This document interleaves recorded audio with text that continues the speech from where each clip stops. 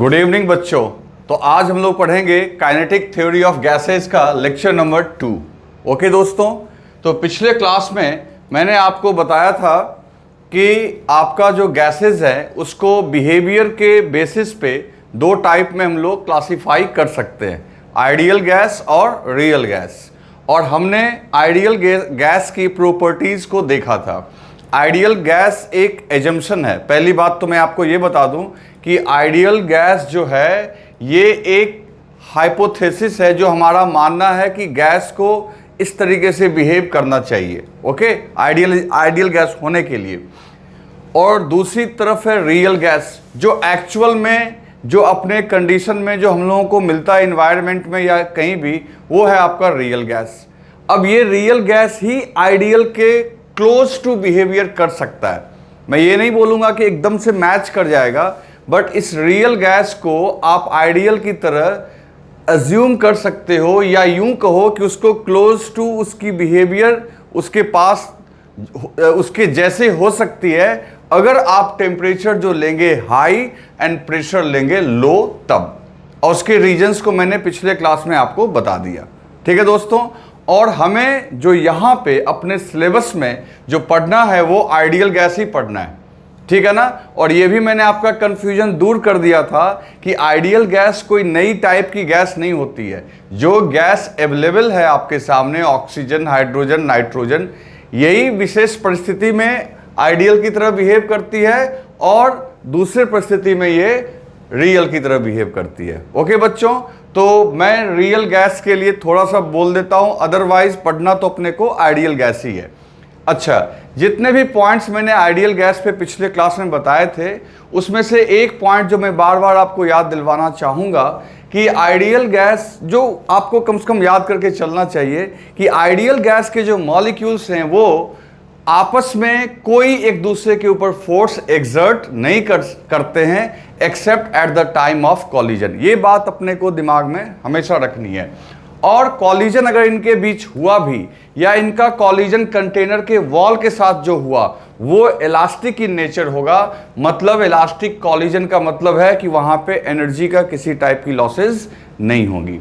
और एक बात और, आइडियल गैस के जो मॉलिक्यूल्स हैं जब वो एक दूसरे के ऊपर किसी प्रकार का इंटरेक्शन नहीं रखते हैं, मतलब ना अट्रैक्टिव ना रिपल्सिव, तो इतना भी आप हमेशा याद रखना कि आइडियल गैस को लिक्विफाई करना नामुमकिन है। वो लिक्विफाई होने से पहले उसको रियल में कन्वर्ट करना पड़ेगा। ओके, अच्छा एक चीज और, कभी कभी ये पूछता है आइडियल गैस की पोटेंशियल एनर्जी कितनी होगी, है ना। इंटरमॉलिक्यूलर पोटेंशियल एनर्जी, दो आइडियल गैस, दो मॉलिक्यूल्स के का अगर हम पोटेंशियल एनर्जी कैलकुलेट करना चाहेंगे तो कितना होगा, तो बच्चों ये याद रखना जीरो। कहोगे क्यों जीरो? इसलिए जीरो क्योंकि आप याद करो इलेक्ट्रोस्टैटिक्स, अगर दो चार्ज इनफाइनाइट पे होते थे तो उनकी पोटेंशियल एनर्जी होती थी जीरो, ठीक। अब इन्फिनिटी का क्या मतलब होता था? इन्फिनिटी का मतलब ये होता था कि दोनों चार्ज एक दूसरे से इतने दूरी पे है कि उनके बीच ना किसी प्रकार का अट्रैक्शन है ना किसी प्रकार का रिपल्शन है। ठीक इसी तरीके से बच्चों आइडियल गैस के केस में भी जो मॉलिक्यूल्स हैं उन दोनों के बीच का स्पेस हम इतना मान के चलते हैं कि उनके बीच में कोई इंटरैक्शन नहीं है। तो अगर कोई पूछे आइडियल गैस का इंटरमॉलिक्यूलर पोटेंशियल एनर्जी, इंटरमॉलिक्यूलर मतलब दो मॉलिक्यूल के बीच में पोटेंशियल एनर्जी कितनी होगी, तो आपका आंसर होना चाहिए जीरो। आप इसे कॉपी में लिख लेंगे, आइडियल गैस की इंटरमॉलिक्यूलर पोटेंशियल एनर्जी क्या होगी? जीरो। ये पॉइंट आप 8 के बाद 9वां में ऐड कर लेंगे, ठीक है ना। जो 8 पॉइंट्स मैंने लिखाया था 9th में आप इसको ऐड कर सकते हैं। और रीजन इसका क्या लिख देंगे? Because the two molecules of ideal gas can never interact except, bracket में लिख देना, at the time of collision. और कोई इंटरैक्शन नहीं है, मतलब ना अट्रैक्शन है ना रिपल्सन है, दैट्स व्हाई पोटेंशियल एनर्जी क्या हो गई? जीरो। क्लियर? चलो अब हेडिंग तो अपना ये है ही। अब दो लाइन हम लोग रियल गैस की लिख लेते हैं। रियल गैस के बारे में आप अच्छे से पढ़ाई आप करते होंगे केमिस्ट्री में, स्टेट्स ऑफ मैटर शायद है, गैसियस स्टेट है, तो वहाँ पे आपने एनसीईआरटी में ग्राफ वगैरह भी देखा होगा। तो वो सब और वंडरवेल इक्वेशन को भी वहाँ बताया गया है। ठीक है ना। लेकिन अपना यहाँ फिजिक्स में दूसरे टाइप के पहलुओं पे ध्यान देना है, वो भी सिर्फ आइडियल के। लेकिन फॉर्मेलिटी के लिए मैं थोड़ा लिख दूं रियल गैस के बारे में। रियल गैस, ठीक है। पहली बात, जो रियल गैस होते हैं बच्चों, वो पहली बात ये है कि वो आपका आइडियल गैस इक्वेशन को फॉलो नहीं करता है, यानी PV इक्वल्स टू nRT को फॉलो नहीं करता है। वो एक नए इक्वेशन को फॉलो करता है जिसका नाम है वैन डर वाल इक्वेशन। वो मैं भी लिखूंगा, तो पहले मैं लिख देता हूं any gas can behave like real gas at low temperature and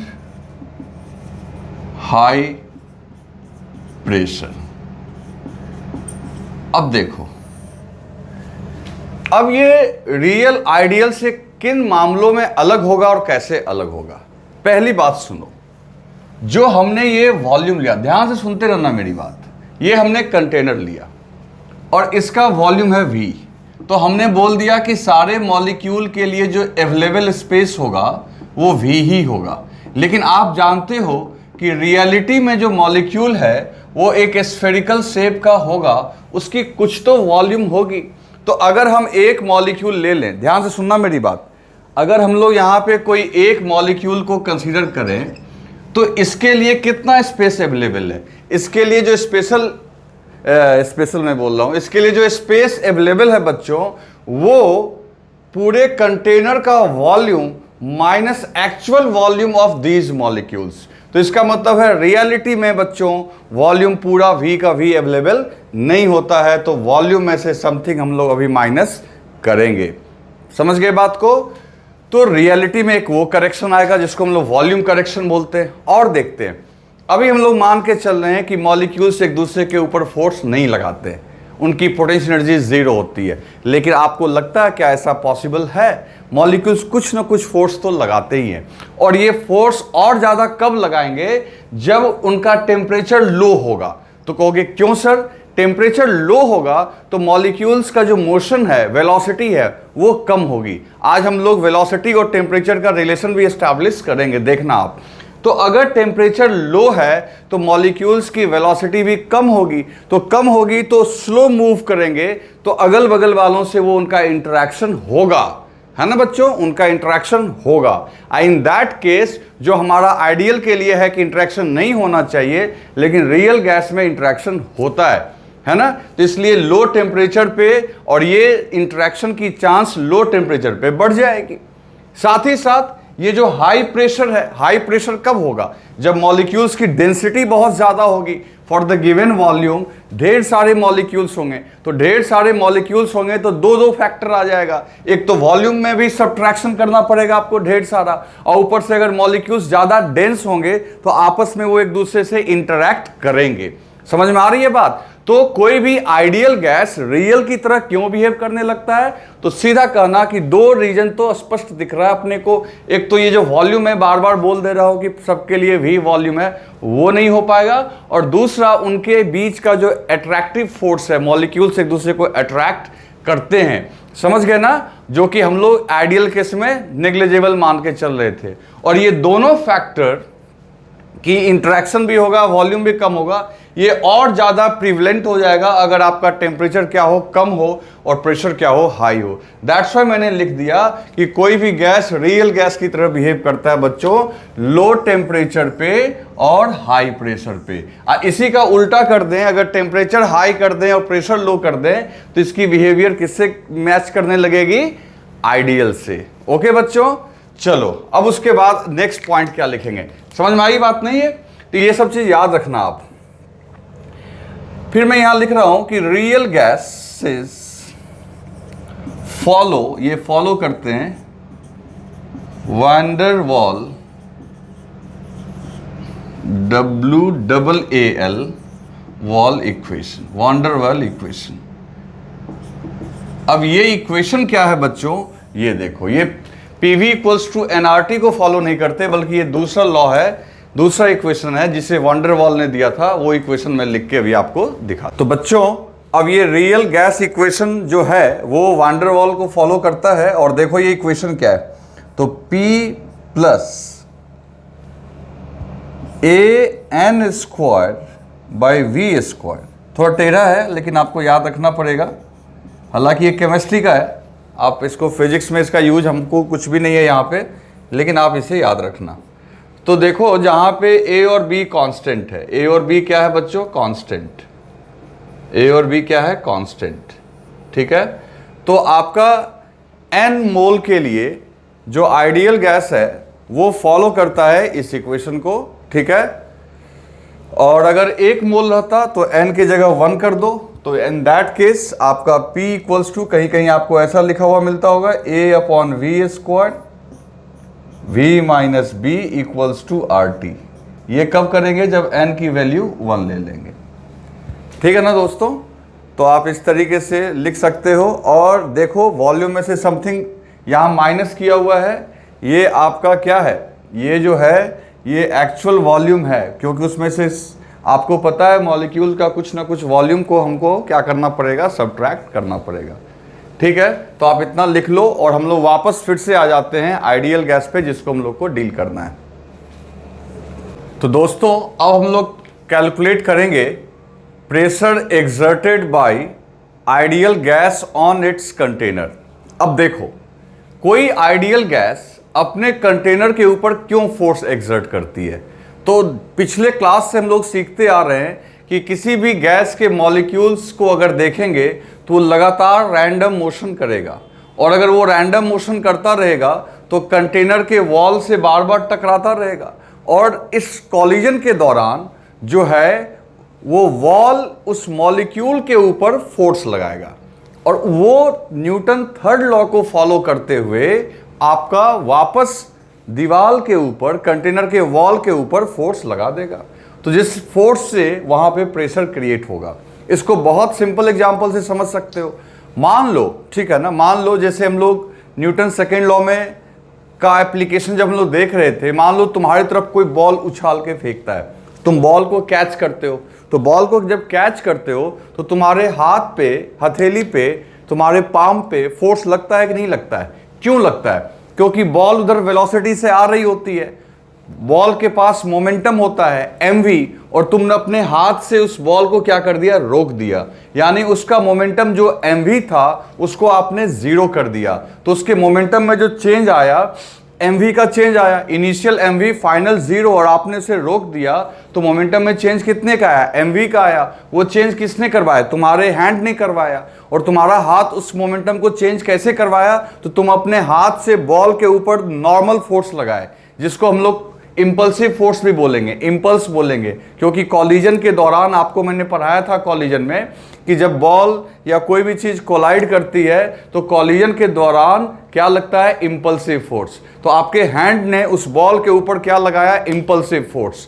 तो न्यूटन थर्ड लॉ को फॉलो करते हुए बॉल जो है वो भी आपके हैंड के ऊपर फोर्स लगाएगा, और वो जो फोर्स लगता है जिसकी वजह से आपको चोट लगती है। और मान लो कि वो जो फोर्स तुम्हारे हैंड पे लगा, अगर उसके आपके हाथ के एरिया से उस फोर्स को अगर डिवाइड कर दें, तो बच्चों आप एक बात बताओ, यहाँ पे जो है आपका, आपके हाथ के ऊपर प्रेशर आ जाए, कैलकुलेट हो जाएगा कि नहीं हो जाएगा।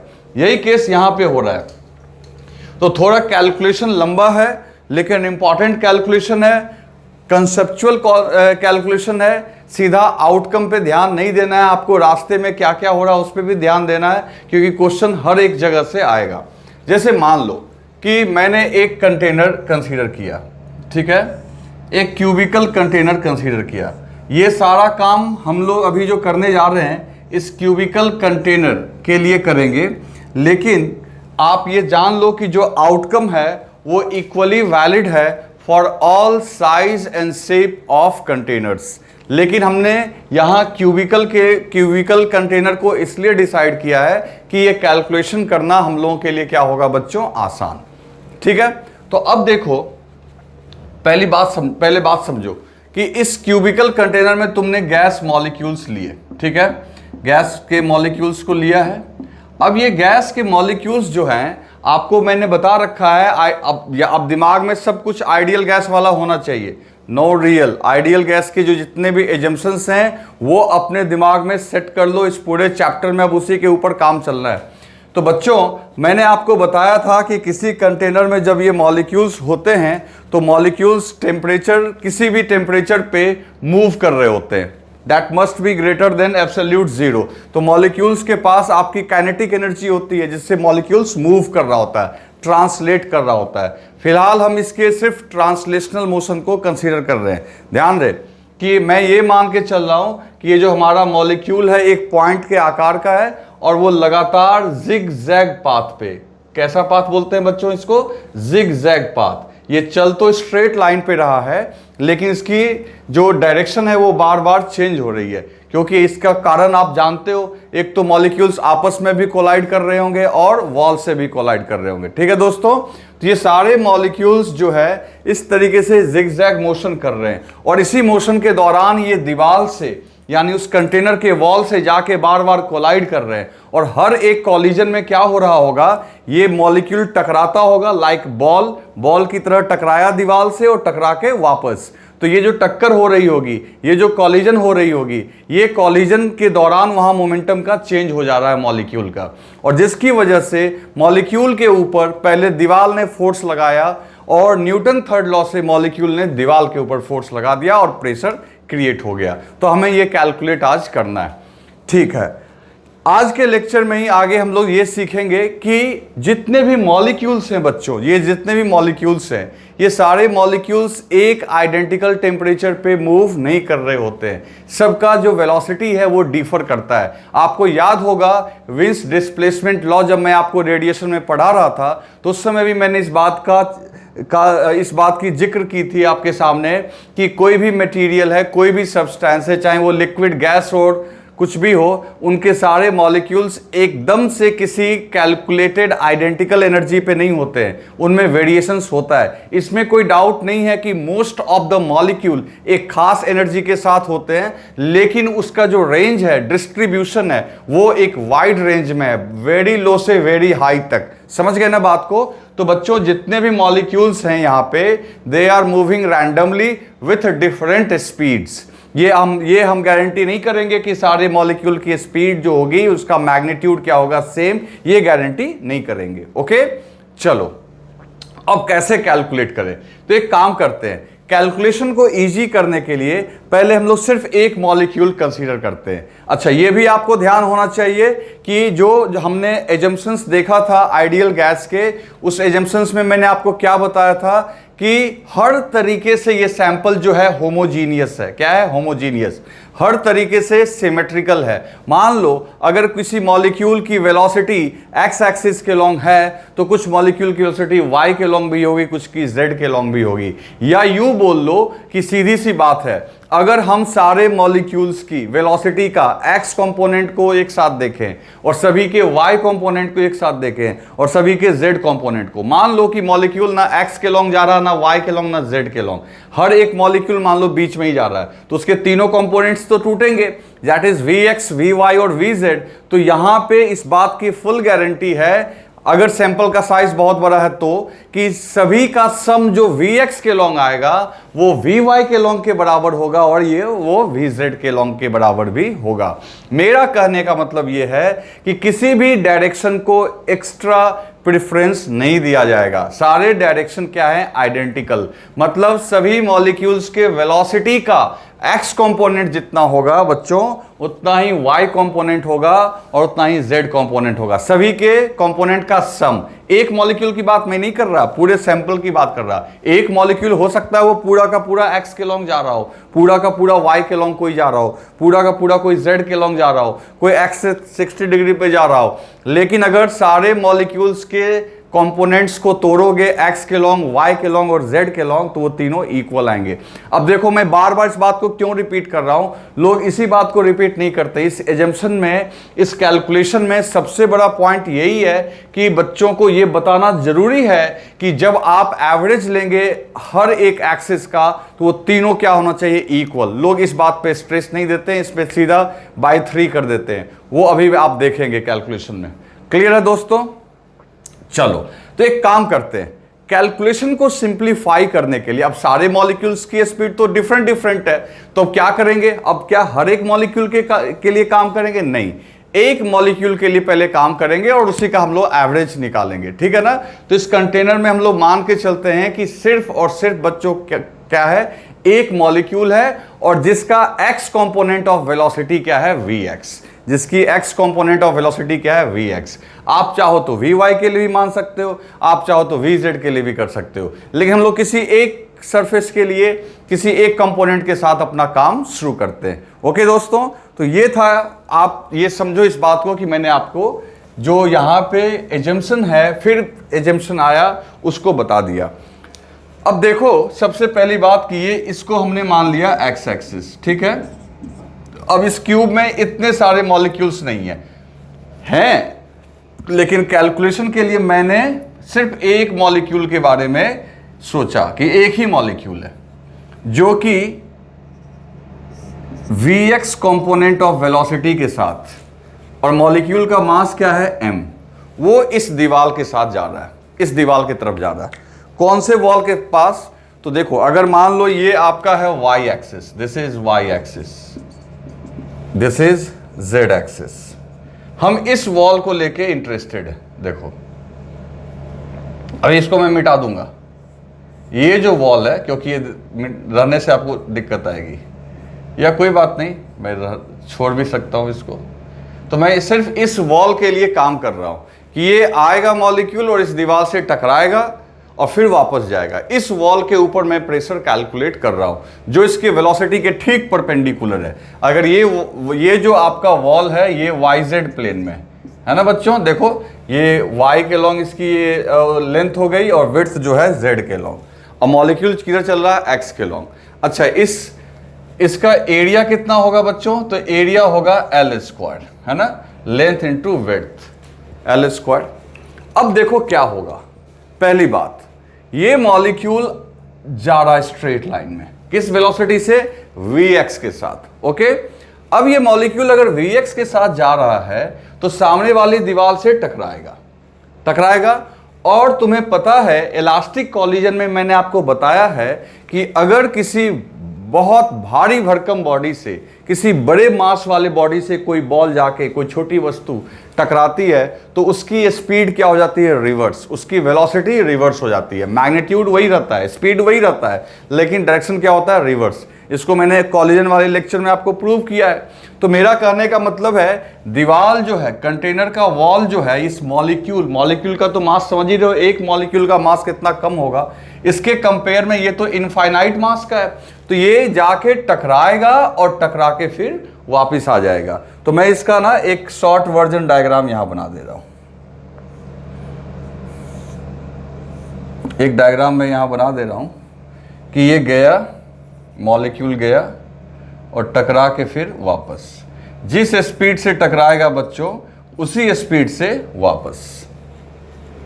क्लियर? फिर क्या होगा, ये गया, टकराया और फिर ये वापस लौटेगा स्ट्रेट लाइन में, और किसी मॉलिक्यूल की एग्जिस्टेंस को भी हम नकार रहे हैं। फिर ये आएगा और फिर ये इस वॉल से टकराएगा, है ना, L डिस्टेंस, देखो ये टोटल डिस्टेंस है L, तो फिर ये L डिस्टेंस कवर करके इस वॉल से टकराएगा।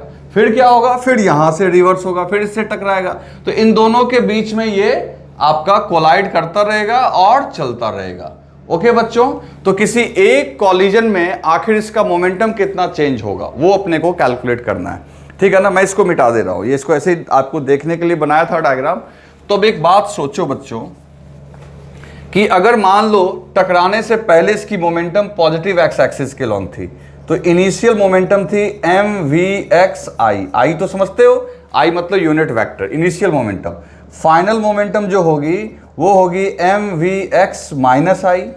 ओके, तो change in momentum that is delta P आपका क्या हो जाएगा, momentum is a vector quantity, तो मोमेंटम को वेक्टर तरीके से आप घटाओगे तो mvxi में से, this is final minus initial mvxi, ये माइनस कहां से आया, ये वाला माइनस जो आया बच्चों फाइनल माइनस इनिशियल से, बिकॉज आप डेल्टा पी को क्या लिखोगे, pf माइनस pi, है ना। तो पीएफ जो है, पीएफ तो ऑलरेडी नेगेटिव डायरेक्शन का मोमेंटम है, तो माइनस एम वी एक्स आई, ये माइनस फॉर्मूला से आया, और इनिशियल तो खैर पॉजिटिव है। तो चेंज इन मोमेंटम जो निकल के आया बच्चों, देखो minus M V X I, minus M V X I, minus 2mvxi, ये वेक्टर फॉर्म में आया, ठीक है। और कोई पूछे मोमेंटम के मैग्नीट्यूड में कितना चेंज आया, मॉड ले लो, तो डेल्टा पी अगर मॉड लोगे बच्चों, तो ये माइनस भी हटा दो, आई भी हटा दो, तो मोमेंटम में टोटल बदलाव जो आया उसका मैग्नीट्यूड कितना हुआ, 2mvx, यानी मोमेंटम में जो चेंज आया उसकी वैल्यू कितनी निकल के आ गई, 2mvx। क्यों निकल के आई 2mvx? क्योंकि डायरेक्शन चेंज हो रहा है ना। अगर रुक जाता तो सिर्फ mvx का चेंज होता, ये रुका नहीं, टकरा के फिर वापस आया, तो इसलिए कितना का चेंज हुआ बच्चों, 2mvx का, ठीक है। अब देखो और फोर्स कैसे निकालेंगे। तो एक बात सोचो कि ये टकरा के फिर इससे टक्कर होगी और फिर वापस इसके पास आएगा, तो आप जरा सोचो कि ये जो चेंज इन मोमेंटम है ये एक बार ही होगा या बार बार होगा। तो आपके दिमाग में होगा ये बार बार होगा, तो कितने देर के बाद फिर इतना टक्कर होगा, कितने देर के बाद फिर ये टक्कर होगा। तो बहुत सिंपल है भाई, एल लेंथ है इस दीवार से इस दीवार की ओर, तो एक इस दीवार से इस दीवार तक आने में टाइम कितना लगेगा, तो डिस्टेंस है एल, अब वेलोसिटी है vx, तो l बाई vx। तो सुनो क्या होगा, टक्कर हुई और टकराने के बाद l बाई vx टाइम में वापस आया, फिर इससे टक्कर हुई, फिर यहां से l बाई vx टाइम में उससे टक्कर हुई, फिर वहां से l by vx, l by vx, l by vx, l by vx। अब जस्ट सोच के देखो, एक दीवार से टकराने के बाद फिर अगला टक्कर होने में कितना टाइम लगेगा, तो यहां से जाने का और यहां से आने का।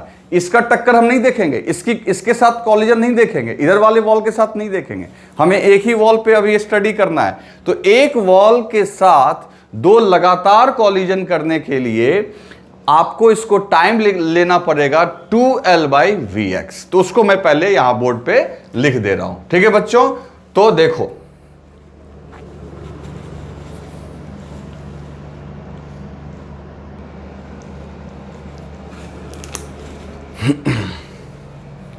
तो दोस्तों अब यहां पे हम लोग उस टाइम के बारे में लिखते हैं। तो the time interval between to consecutive collision delta t equals to L by Vx।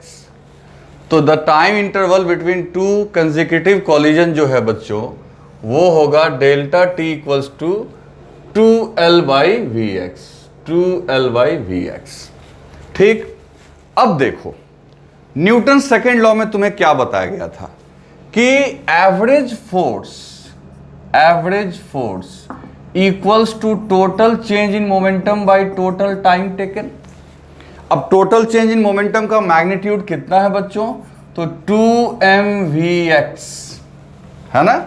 और टाइम कितना लगा इस मोमेंटम को चेंज होने में, क्योंकि हर एक कॉलिजन में इतना मोमेंटम जो है आपका चेंज होगा, और हर एक कॉलिजन को होने के लिए आपको टाइम कितना चाहिए, 2L बाई Vx। कैसे, तो मान लो अभी टक्कर हो गई, फिर तुमको कितना देर वेट करना पड़ेगा, L by Vx, L by Vx, तब जाके फिर ये मोमेंटम चेंज होगा। फिर कितना वेट करना पड़ेगा, L by Vx, L by Vx, यानी 2L बाई Vx टाइम आपको वेट करना पड़ता है इस मोमेंटम के चेंज के लिए। तो एवरेज फोर्स जो लगेगा उस मॉलिक्यूल के ऊपर पे वो हो जाएगा 2mvx upon 2L by Vx। तो Vx को ऊपर भेज दो, तो ये 2 से 2 कैंसिल हो गया बच्चों, तो ये हो गया mvx स्क्वायर बाई L। अब ये क्या हो गया, ये कहां से हम लिखे, फ्रॉम न्यूटन्स सेकेंड लॉ। और आपको अगर याद होगा तो मैंने आपको पहले ही बता रखा है कि न्यूटन सेकेंड लॉ हो या थर्ड लॉ हो, जो आपका आइडियल गैस है ये उसको फॉलो करता है। तो फ्रॉम न्यूटन सेकेंड लॉ, ठीक है ना। और ये इसका परिचय क्या लिखोगे, this is the force exerted by a molecule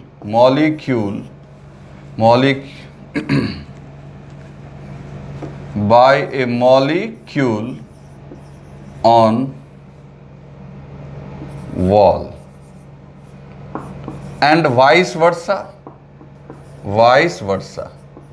मतलब मॉलिक्यूल वॉल पे लगाएगा, वॉल मॉलिक्यूल पे लगाएगा, दोनों एक दूसरे पे लगाएगा। कहां से? न्यूटन थर्ड लॉ से। वो काम कहां से होगा बच्चों? न्यूटन थर्ड लॉ से। ये सिर्फ एक मॉलिक्यूल की बात हो रही है बच्चों, ये सिर्फ हो रही है एक मॉलिक्यूल की बात। तो एक मॉलिक्यूल ने इतना फोर्स लगाया, ठीक है। अब आगे देखते हैं। तो दोस्तों अब यहां पे ये जो आपका एवरेज फोर्स आ रहा है ये किसका था? सिर्फ एक मॉलिक्यूल का। लेकिन आप ये सोचो, क्या इस कंटेनर में सिर्फ एक ही मॉलिक्यूल है? नहीं, इसमें ढेर सारे मॉलिक्यूल हैं। तो हर एक मॉलिक्यूल से इतना कंट्रीब्यूशन आएगा कि नहीं आएगा? हाँ, ये अलग बात है कि हर एक मॉलिक्यूल की जो एक्स कंपोनेंट ऑफ वेलोसिटी होगी वो अलग अलग होगी। जैसे मान लो किसी की Vx1 होगी, किसी की Vx2 होगी, लेकिन होगी तो सही, किसी की नहीं भी होगी, है ना। तो अब हम क्या कैलकुलेट करना चाह रहे हैं कि जो हम लोग पहले जो हाइपोथेसिस लेके चल रहे थे कि सिर्फ एक ही मॉलिक्यूल है, तो एक मॉलिक्यूल की जगह हम लोग अब मान के चलेंगे n मॉलिक्यूल है ना।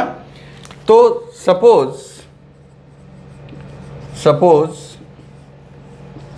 The container have n number of molecules। कितने मॉलिक्यूल्स है बच्चों? n number of molecules. तो ऑटोमेटिकली जो नेट फोर्स हो जाएगा, जो ये तो एक मॉलिक्यूल का आया, तो नेट फोर्स जो हो जाएगा वो ऐसे ही ढेर सारे, यानी कि कैसे लिखेंगे हम लोग? F average 1, F average 2, F average 3 plus dot F average n। अब आप ध्यान से देखिएगा, मैं आपको इतना बढ़िया समझा दूंगा। ये हर एक मॉलिक्यूल का एवरेज फोर्स को ऐड करना पड़ेगा 1 से लेके nth मॉलिक्यूल तक। ओके दोस्तों, तो इस तरीके से आपको इस वॉल के ऊपर में नेट फोर्स पता चल जाएगा सारे मॉलिक्यूल्स की वजह से। अब देखो, अब हम लोग फिर आगे क्या लिखेंगे? हम लोग लिखेंगे mvx1 squared upon l plus mvx2 squared upon l plus dot सीधा मैं डॉट कर दे रहा हूं mvxn स्क्वायर्ड बाई l। यानी पहला मॉलिक्यूल को रिप्रेजेंट कर रहा है x1, दूसरे को x2, इस तरीके से nth। इन सारे अच्छा, सब में ml तो सेम ही रहेगा क्योंकि हर मॉलिक्यूल का मास तो सेम होता है, आइडेंटिकल मॉलिक्यूल्स है, ठीक है। तो आप पहले इसको लिखो, फिर मैं आगे कुछ रब करता हूं इसमें। तो बच्चों अब ये तुम देखो कि इस वॉल के ऊपर सारे मॉलिक्यूल्स की वजह से कितना फोर्स लगेगा। तो मैंने क्या किया, m/l को कॉमन कर लिया और अंदर में देखो Vx1 square plus Vx2 square plus Vx3 square plus Vxn square. ऐसे हम लोग कर सकते हैं बच्चों, ठीक है। अब देखो, अब जो कैलकुलेशन अभी होगा उस पर थोड़ा ध्यान देना, आप देखना क्या क्या होगा। जैसा कि हमने पहले ही कहा आपको, suppose there are n number of molecules inside the container। इस कंटेनर में कितने मॉलिक्यूल्स हैं बच्चों? n मॉलिक्यूल्स हैं, ठीक है ना, तभी ना n तक हम लोग ऐड कर रहे हैं। तो अब एक काम करते हैं, अपने मन से देखते जाना, ये डायग्राम पहले वाला ही है बच्चों। तो अब एक काम करते हैं कि ये जो टोटल फोर्स इस वॉल के ऊपर आया m/l, अपने मन से ऊपर n से मल्टीप्लाई कर दो और n से डिवाइड कर दो, and this is Vx1 square, Vx2 2 square plus dot dot dot dot Vxn square, है ना, और नीचे में n से डिवाइड कर दो।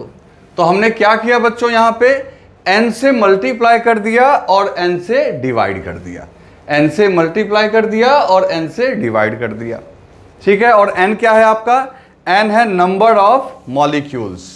तो अब एक चीज समझो, स्मॉल m क्या है, एक मॉलिक्यूल का मास, n क्या है, टोटल नंबर ऑफ मॉलिक्यूल। तो एक मॉलिक्यूल्स के मास में, एक मॉलिक्यूल के मास में टोटल नंबर ऑफ मॉलिक्यूल से मल्टीप्लाई कर दोगे तो ये हो जाएगा कैपिटल M, यानी total mass of the molecules.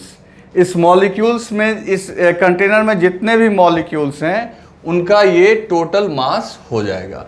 तो कैपिटल M/L। ओके, अब रही बात Vx1, Vx2, Vx, तो अब देखो आपको पता होगा बच्चों कि अगर सारी वेलोसिटीज को कहीं भी सोचो, मान लो 4 वेलोसिटी है ना, चारों वेलोसिटी को ऐड करके नंबर ऑफ वेलोसिटी से डिवाइड कर दोगे तो आपका वो एवरेज आएगा। जैसे मान लो किसी रूम में टोटल 6 पर्सन है, 6 पर्सन के वेट को ऐड करके 6 से डिवाइड करोगे तो बच्चों वो एवरेज आएगा कि नहीं आएगा। तो वही चीज है यहां पे कि ये वेलोसिटी को स्क्वायर करके और किससे डिवाइड कर दिया आपने, n से। तो ये पता है आपको क्या आएगा, तो बच्चों ये आएगा x कंपोनेंट ऑफ वेलोसिटी का स्क्वायर का एवरेज। देखो दोनों में फर्क है, Vx का ये हो गया x कंपोनेंट का एवरेज और इसका मतलब हो गया x कंपोनेंट के स्क्वायर का एवरेज, क्योंकि हमने वेलोसिटी को स्क्वायर करके नंबर ऑफ मॉलिक्यूल से डिवाइड किया है। तो दिस इज स्क्वायर ऑफ, मतलब x कंपोनेंट ऑफ वेलोसिटी के स्क्वायर का क्या है, ये एवरेज। तो मैं यहां पे इसका नाम लिख दे रहा हूं। देखो यही सब चीजें बुक्स में और या कोई टीचर ढंग से नहीं बोलते इसको, तो आप जस्ट समझो कि मैं क्या बोल रहा हूं। This is average, sorry, this is average of, ठीक है ना, एवरेज ऑफ, किसका एवरेज है भाई, एवरेज बोलो या मीन बोल लो, average of square of x component of velocity. समझ गए बच्चे? चलो अब अभी हम लोग करेंगे, अभी बहुत सारा काम करना है, अभी प्रेशर तक पहुंचा ही नहीं, अभी तो फोर्स ही निकालने, प्रेशर पे पहुंच जाएंगे। पहले देखो, अब यहां ये x कंपोनेंट के रूप में आपको फोर्स आ रहा है, वेलोसिटी अभी भी लिखा हुआ है, वेलोसिटी की एवरेज वैल्यू है लेकिन x कंपोनेंट के रूप में। लेकिन आप खुद सोचो, एक जनरल रूल, एक जनरल रिजल्ट फील होने के लिए यहां x लिखा हुआ होना चाहिए या पूरी वेलोसिटी रहे तो मजा आ जाए। तो सीधी सी बात है, अगर x के फॉर्म में लिखोगे तो फिर वो प्रिसाइज हो जाएगा कि x कंपोनेंट, अगर इसको मेन वेलोसिटी के फॉर्म में लिख लें फिर तो काम बन जाएगा। तो कहोगे कैसे लिखेंगे, तो अभी देखो तुम, अब ये यहां तक इसको रहने दो। अब यहां देखो साइड में मैं तुम्हें कुछ मैथमेटिकल टूल समझाता हूं। वेक्टर में तुमने पढ़ा है कि कोई भी वेक्टर अपने कंपोनेंट्स का रिजल्टेंट होता है, या यूं कह लो कि अगर कोई वेक्टर स्पेस में दिया हुआ है, उसके तीनों कंपोनेंट हैं, तो वेक्टर का मैग्नीट्यूड जो होता है अंडर रूट Vx का स्क्वायर प्लस Vy का स्क्वायर प्लस Vz का स्क्वायर हो जाएगा। नहीं समझ में आ रही है बात? जैसे A वेक्टर है तो ये उसका Ax, Ay, Az तीनों कंपोनेंट है। अब एक काम करो, दोनों तरफ स्क्वायर कर दो। स्क्वायर कर दिया हमने, तो v square equal to Vx square plus Vy square plus Vz square. कर सकते हैं ऐसा? अब ये एक किसी एक मॉलिक्यूल के लिए, ऐसा हम लोग चाहें तो सारे मॉलिक्यूल के स्पीड को एक तरफ और सभी के एक्स वाई कंपोनेंट को एक तरफ। तो एक काम करते हैं हम लोग, सिग्मा का यूज कर लेते हैं। सिग्मा का मतलब क्या हुआ समझ में आ रहा है? सभी के स्पीड के स्क्वायर का सम इज इक्वल टू सभी के एक्स कंपोनेंट के स्क्वायर का सम प्लस सभी के वाई कंपोनेंट का स्क्वायर का सम प्लस सभी के जेड कंपोनेंट के स्क्वायर का सम। सिग्मा का मतलब समझ में आया ना? कहोगे कैसे? तो जैसे देखो यहां लिखोगे v1 x1 y1 z1, फिर v2 x2 y2 z2, तो इधर v1 v2 सब v1 v2 v3 v4 vn तक जोड़ दोगे, इधर vx1 vx2 vx3 vy1, तो ये तो कर ही सकते हैं ना बच्चों। अब पूरे इक्वेशन को किससे डिवाइड कर दो? n से डिवाइड कर दो दोनों तरफ। तो बच्चों ये हो गया sigma v squared by n, this is sigma vx squared by n, this is sigma vy squared by n, and this is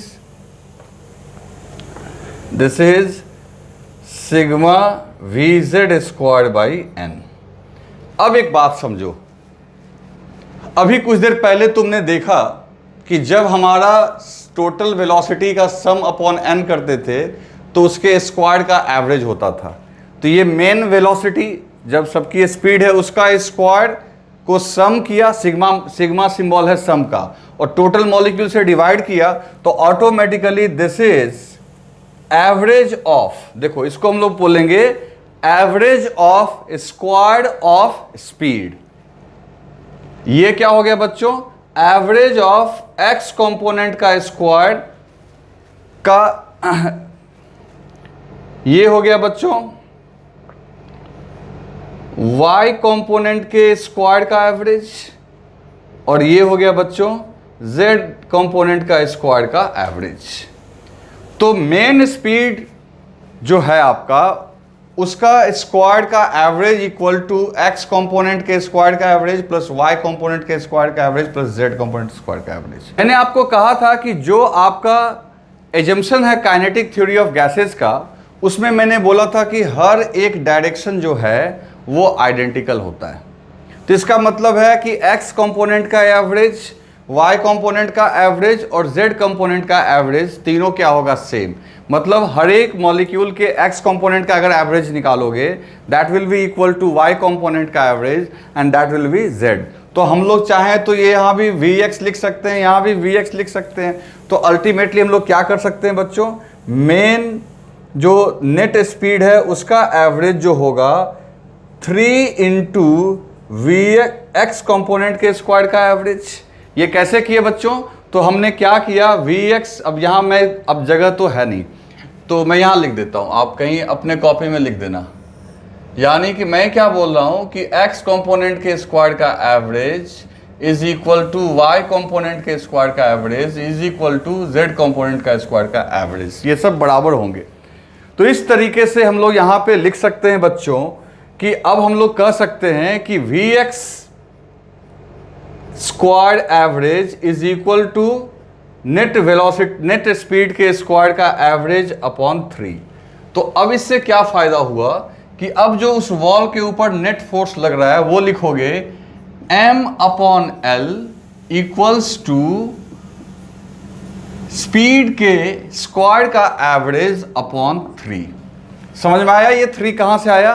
ये पहले सिर्फ x कंपोनेंट के स्क्वायर का एवरेज था, अब नेट वेलोसिटी के स्क्वायर का एवरेज है। ठीक है ना?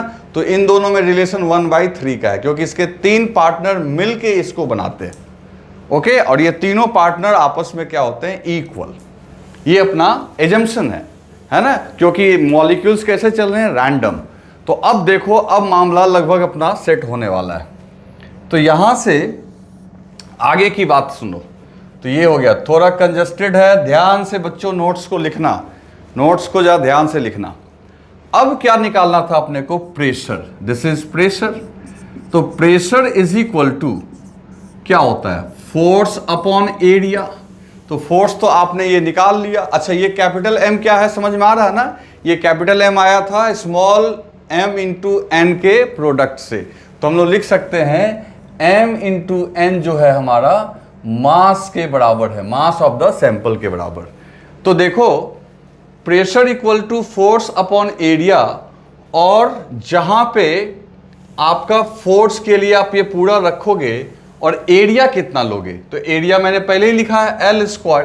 तो F की वैल्यू पुट करो और L स्क्वायर से डिवाइड करो, तो ये आ जाएगा आपका m स्पीड के स्क्वायर का एवरेज, ये बार का मतलब हो गया एवरेज, डिवाइडेड बाय 3L3। समझ में आ रही है बात सब कुछ कैसे? L3 कैसे हो गया बच्चों? एरिया आपका L² है, एक L ऑलरेडी है। तो अब यहां पे देखो, अब यहां पे क्या आ चुका है, ऊपर में क्या है? मास। इस कंटेनर में टोटल जितने भी मॉलिक्यूल्स हैं उनका all together this is mass.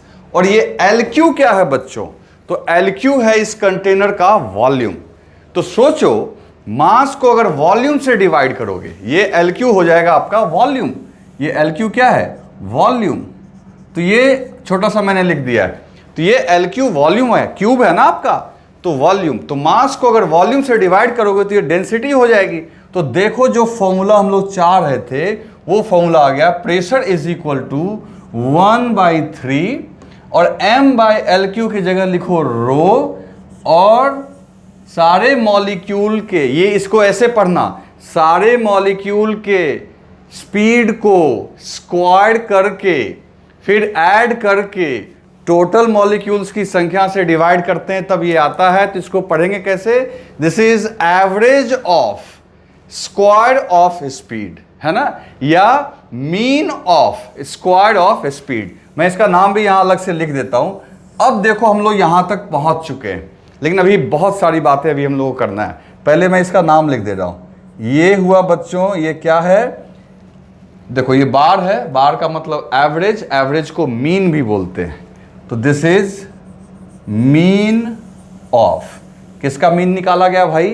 तो सारे स्पीड के, स्पीड का मीन नहीं है, स्पीड ऑफ मीन नहीं लिखना, speed mean of square of. अब इस पे मैं बार बार इसलिए जोर डाल रहा हूं ना, क्योंकि आप जब एसी में पढ़ेंगे वहां ERMS, मतलब अभी RMS की चर्चा होगी, और वहां भी आपको EMF में भी आसानी होगी AC ऑल्टरनेटिंग करंट पढ़ने में। तो ये जो चीज मैं स्पष्ट कर रहा हूं इस पे थोड़ा ध्यान देना। This is mean of square of speed. ये मीन है किसका? स्पीड का नहीं, उसके स्क्वायर का। और कैसे आ रहा है तो वो तो आप देख रहे हो। तो आप फटाफट लिख लो, यहां से टेक अवे ये है, इसके साथ हम लोग आगे बढ़ेंगे, बाकी चीजों को मैं मिटा दूंगा।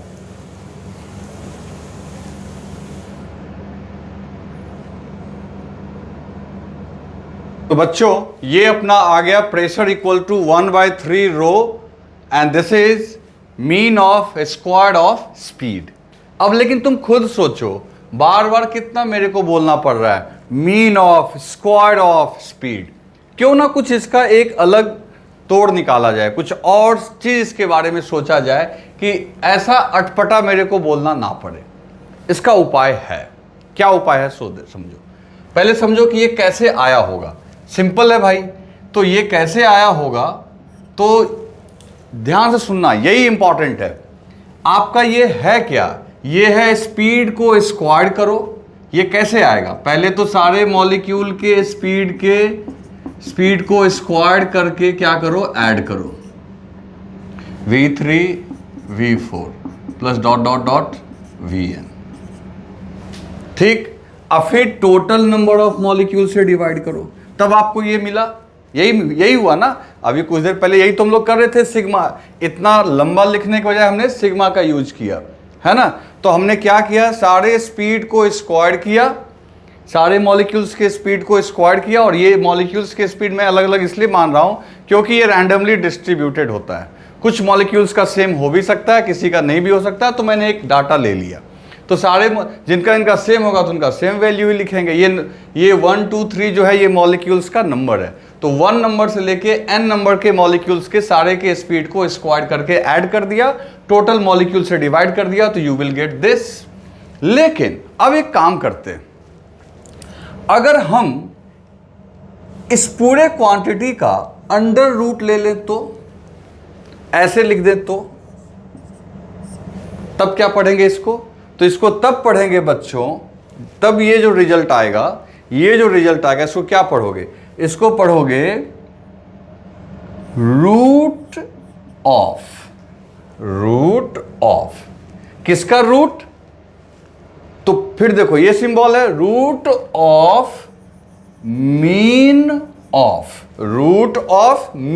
Of square of speed. देखो इतना लंबा आ गया। अब ये कैसे आया समझ में आया?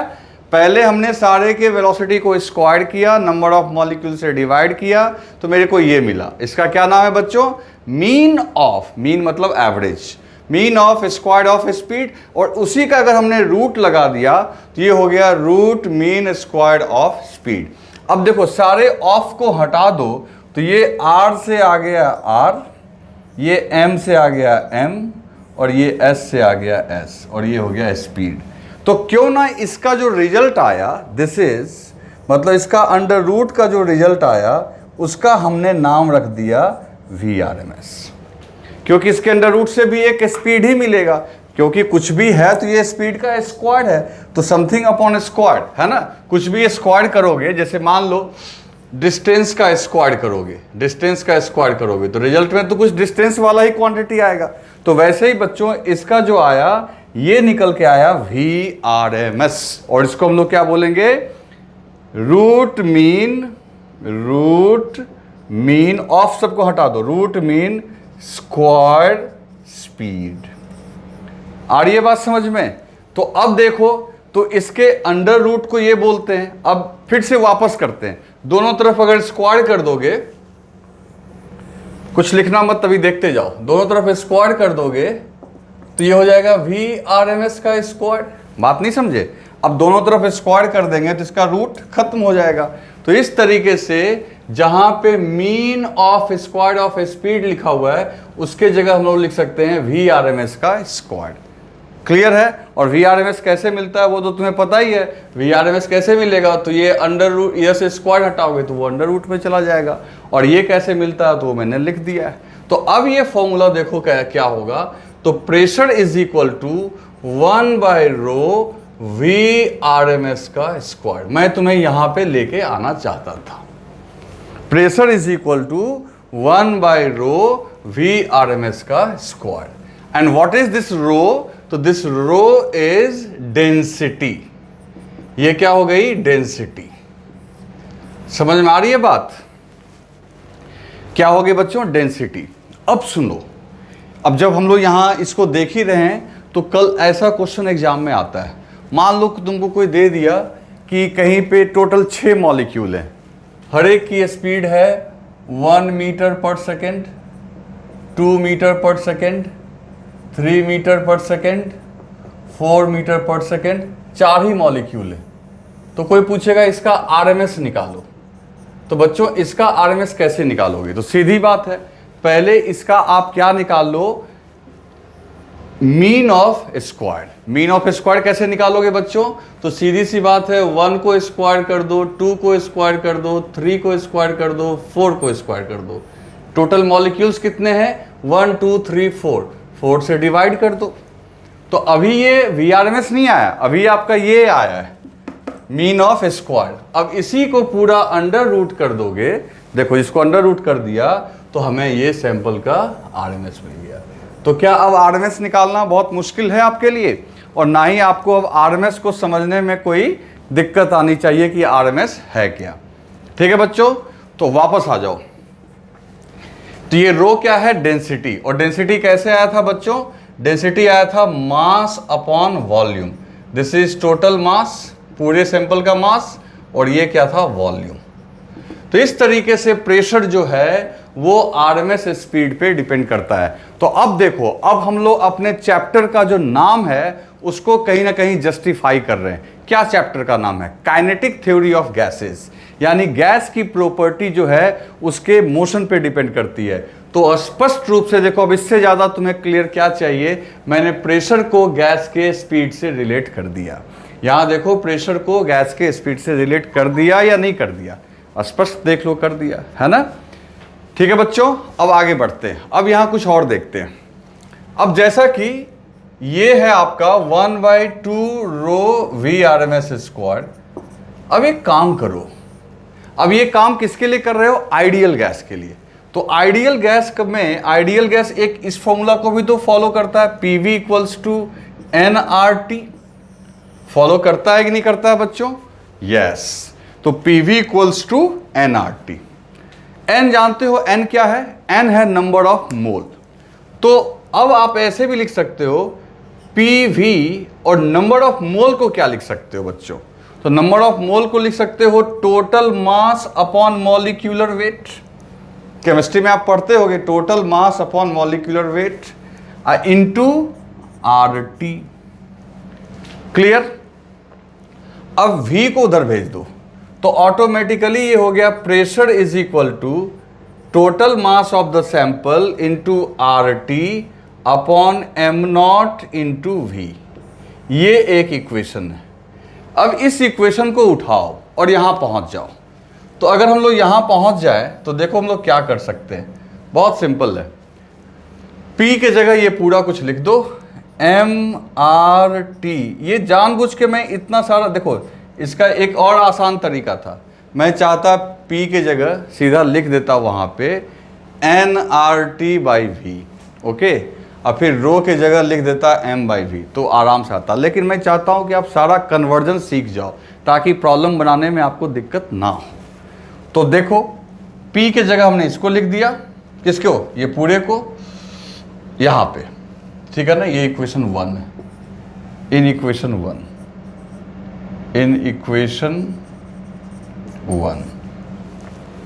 तो P के जगह हमने लिख दिया क्या बच्चों? mRT/mV0 is equal to rho, sorry 1/3 है ना, 1/2, 1/3, 1/3 था ना, 1/3, फिर यहां भी गलती हो गया 1/3। तो इस टाइप के मिस्टेक्स पे थोड़ा ध्यान दे लेना, ठीक है ना। 1/3 1/3 होगा सब जगह। तो बच्चों यहां देखो ये 1/3, ओके, और रो को लिख सकते हैं बच्चों मास बाय वेलोसिटी। क्लियर? और RMS के जगह RMS रहने दो, RMS का स्क्वायर। अब यहां क्या क्या कैंसिल होगा तो तुम देख सकते हो बच्चों यहां क्या क्या कैंसिल होने वाला है।